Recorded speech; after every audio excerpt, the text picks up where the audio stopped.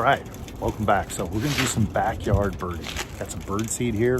We're gonna put up some posing sticks right next to some of these windows and just kind of wait for the action. Now this is the absolute, I cannot think of a better way to, I guess, improve your wildlife photography outside of this, because you get a lot more camera time behind the scenes. Because the thing is, if you go out in the fields and do this kind of stuff, a lot of times you're waiting around for hours and you only get maybe 5 or 10 minutes. So this gets you hours behind the camera. And then so when you're out in the field, you obviously know where all your camera dials are, you know what to expect. No better way to practice wildlife photography than backyard birding. Period. End of story. That's it. So anyway, I'm going to show you guys the setup, get you some pictures kind of like this here and this here. And yeah, let's get moving.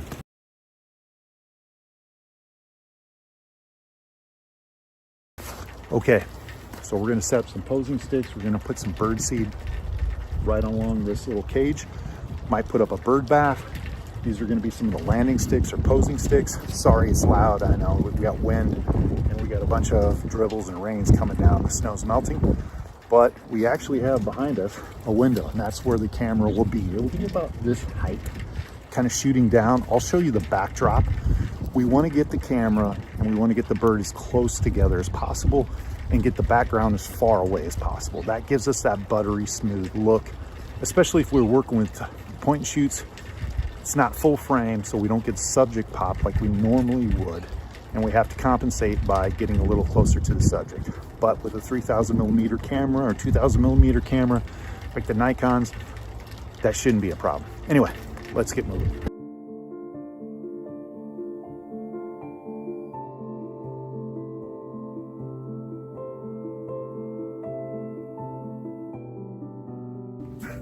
Okay, so we're set up. We got the camera here, pointing at the sticks. I'll show you in camera version of what I'm focusing on. The nice thing is we have 3 sticks that we really only need to worry about. We got a distraction-free background because we're so close, only 10 or 20 feet.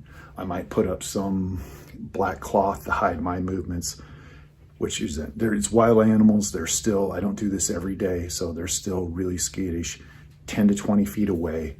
But it really helps in the wildlife, knowing your camera, knowing how they react when they pull their head up or they do something. You're gonna move this lens, and believe me, this lens, you can see it reflect around. That scares animals. And birds especially, really small guys are really skittish. So it's getting dark. Tomorrow I'm gonna clean the glass really well because again, that degrades the image quality a little bit. And hopefully they'll show up and we'll get some photos. Again, background should be nice and clean. There shouldn't be any distractions. It's supposed to snow tomorrow morning. We'll see. That might add a little bit more atmosphere to the situation, but let's get moving.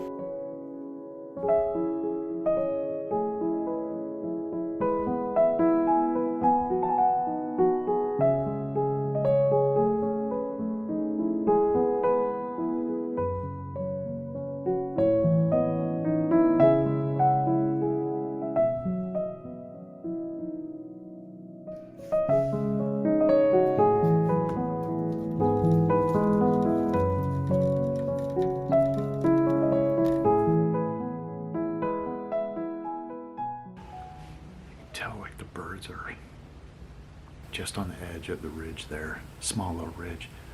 They kind of come in, they go out. Oh, I think they're gonna come back in. They kind of wait and they kind of gather and then they come swooping back in. And then they'll kind of go back. They just kind of keep going back and forth between different trees and that to feed. So when they come in, when one comes in, you can kind of let them sit and then you can kind of start moving around and that. Oh, squirrel's back.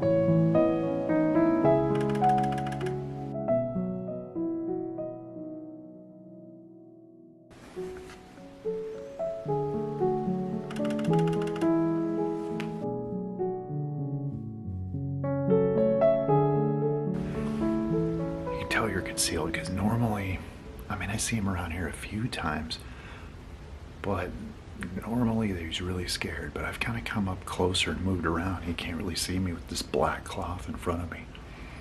You know, the birds seem a little bit more shy, and I think it's because the camera lens. But yeah, he's just eating away. I might have to interrupt him. He's eating all the bird seed. He's like, stop it, man. Those are for the birds. So, all right. I might have to go bang on the window.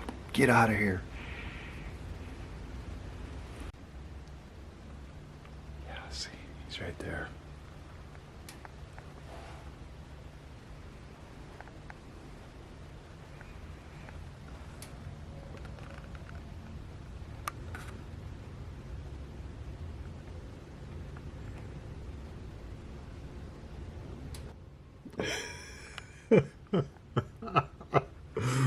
Oh, look at him.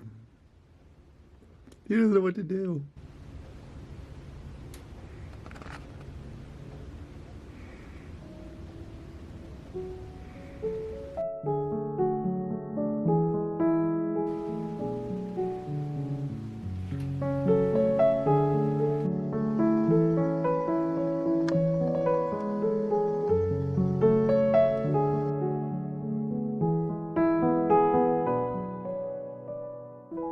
Okay, so I put down a different log for them to land on. I noticed sometimes sometimes you can put down little sticks and they just don't like it if you have a bird feeder or something. So I put down a lot larger log that they can land on, put some bird seed in the log to be able to eat off of, and that way it kind of separates the subject a little bit more. Shooting off the actual flat platform just doesn't look good. And yeah, it was the second day. First day was very, very rainy, very dark, couldn't do anything, no matter what kind of camera I would have. And so I'm using point and shoots here, so this is a limitation. When you get really dark stuff, the focus struggles and the ISO gets raised no matter what you do. So it's the Achilles heel of small cameras or point and shoots, but we'll see what we can kind of come up with. You guys have seen some squirrel stuff here before, and yeah, let's just keep moving. I'll show you the composition that I got out over here as well.